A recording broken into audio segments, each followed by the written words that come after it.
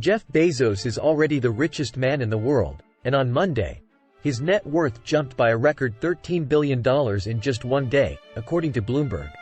Bezos is now worth $183 billion. And most of that wealth is tied to his more than 57 million shares of Amazon stock. But it's unlikely you will find the Amazon CEO watching the company's day-to-day stock price. Since his first letter to shareholders in 1997, Bezos has emphasized his belief that it's all about the long term. We will continue to make investment decisions in light of long-term market leadership considerations rather than short-term profitability considerations or short-term Wall Street reactions, he said in his 1997 letter, setting a precedent for the future at Amazon. After the company went public in May of 1997, Bezos encouraged his employees to ignore the highs and lows of the company's stock performance. According to the Amazon CEO, the company's fixed-cost business model would bring long-term success, and he was correct.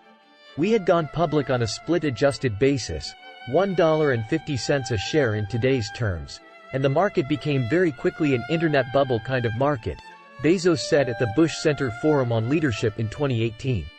The stock prices went up very, very high. But even when the stock went far down, Bezos said he always preached to employees at all-hands meetings, telling them to not worry. I liked our business, and I liked the fundamentals of our business, but I also knew that the stock price was disconnected from what we were doing on a day-to-day basis, he said at the forum.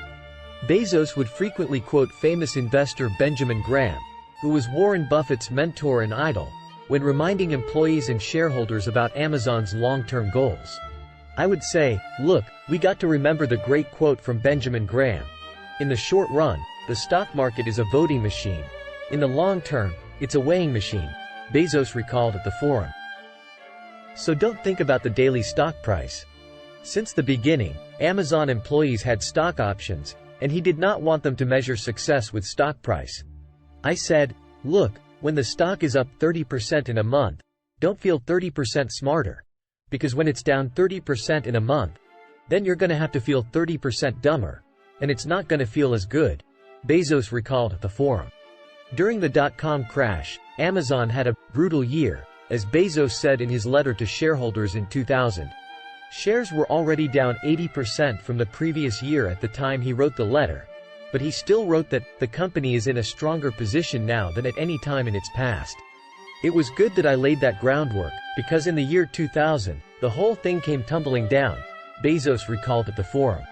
The stock went down to $6 in 2001. Despite this drop, Bezos never doubted Amazon's business model. I had all the internal metrics on how many customers we had and I could see, he said at the forum. People thought we were losing money.